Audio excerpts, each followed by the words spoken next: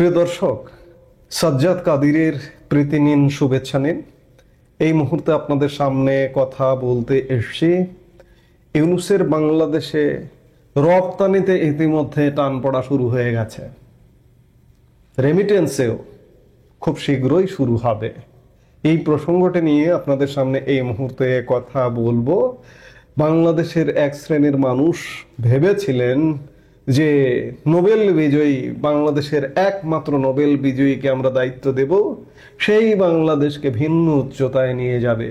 কিন্তু 15 মাসে একজন বিবেকবান মানুষ যদি আপনি হয়ে দেখেন, আমি বারবার বলি যে কোনো দল মতের সমর্থক হওয়া লাগে না, দলকানা হওয়া লাগে না, নিরপেক্ষ নিজের বিবেক দিয়ে যদি বিচার করেন, তাহলে আপনি বাংলাদেশের পরতে পরতে দুঃখের খবর পাবেন। গত 2 মাসে বাংলাদেশের রপ্তানিতে ইতিমধ্যে টান পড়া শুরু হয়ে গেছে। আগস্টে রপ্তানি কমেছে 3%, আর সেপ্টেম্বরে গত মাসে রপ্তানি কমেছে 4.61%। এগুলো রপ্তানি উন্নয়ন ব্যুরোর তথ্য, অফিসিয়াল তথ্য। এই অফিসিয়াল তথ্য অনেক সময় টেম্পার করা থাকে।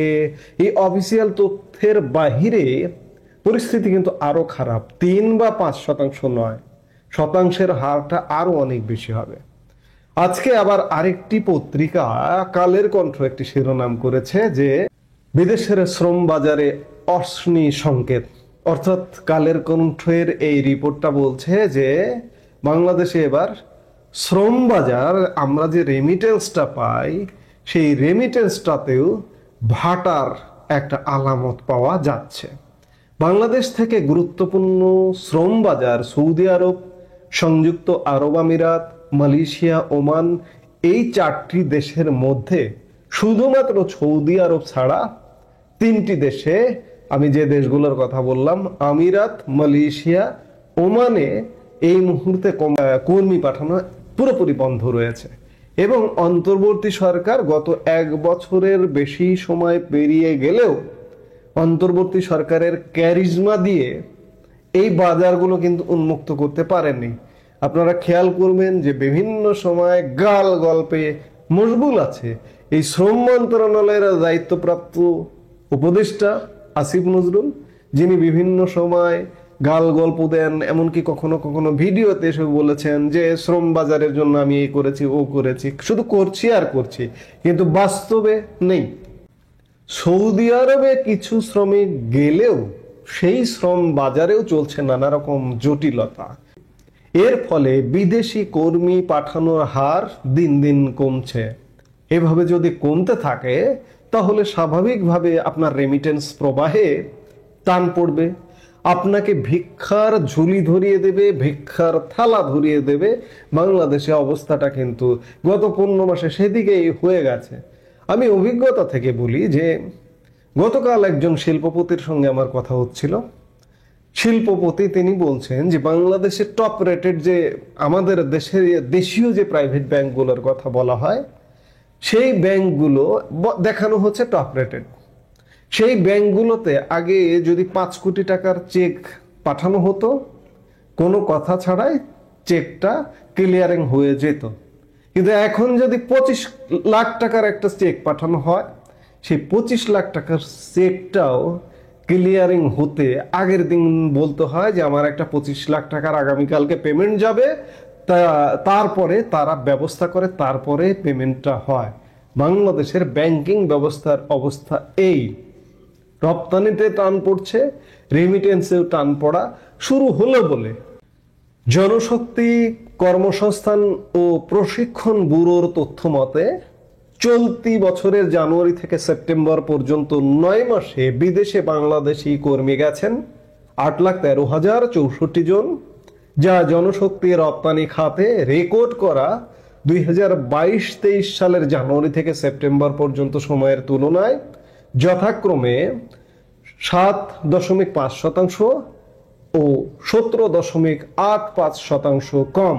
অর্থাৎ 22 সালে যে পরিমাণ জনশক্তি রপ্তানি হয়েছিল তার তুলনায় 7.5% কম, 23 সালের তুলনায় 17.85% কম।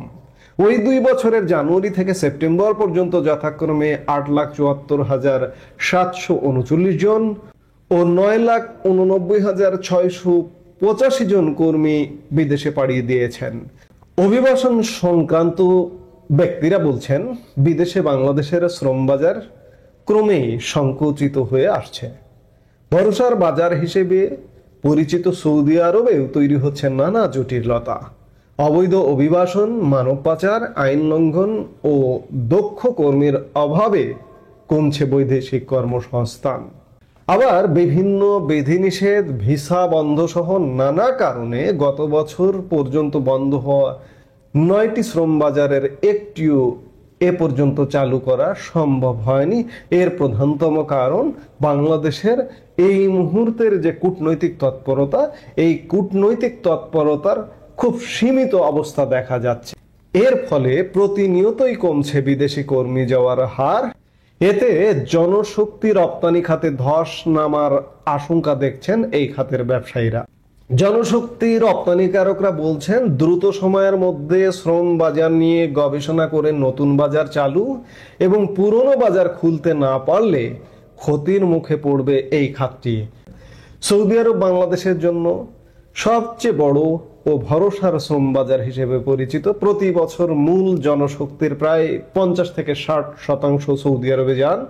চলতি বছরের সেপ্টেম্বর পর্যন্ত যে 8,13,064 জন কর্মী বিদেশে গেছেন, এর মধ্যে 5,50,597 জন কর্মী গেছেন সৌদি আরবে।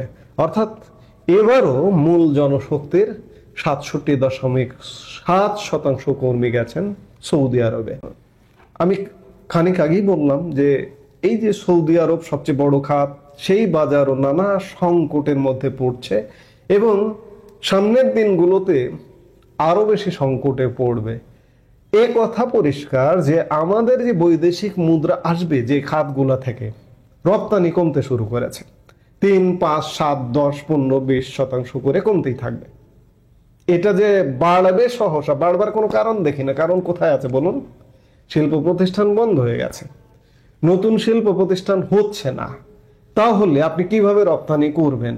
সামনে আরো বড় বড় ধাক্কা আসতে পারে। আবার এই যে রেমিটেন্স খাত, রেমিটেন্স নিয়ে বারবার আপডেট দেওয়া হয়, এত রেমিটেন্স এসছে, কারা করেছে এগুলো? এগুলো যা কিছু হচ্ছে এগুলো তো আগের আমলে। আপনাদের কি অর্জন দেখাবার মতো কোনো কিছু আছে? নেই। রপ্তানিতে নেই, রেমিটেন্সে নেই। নিশ্চিত করে বলতে পারেন যে বাংলাদেশকে ভিক্ষার ঝুলি আর থালা ধরিয়ে দিয়ে ডক্টর ইউনূস বিদায় নেবে। অবস্থা দৃষ্টিতে তেমনটাই মনে হচ্ছে। এর থেকে উত্তরণের একমাত্র উপায় ইউনূসের বিদায় নিতে হবে, নির্বাচন দিতে হবে, নির্বাচিত সরকারের হাতে দায়িত্বশীল, রাজনৈতিকভাবে দায়িত্বশীল সরকারের হাতে ক্ষমতা হস্তান্তর করতে হবে।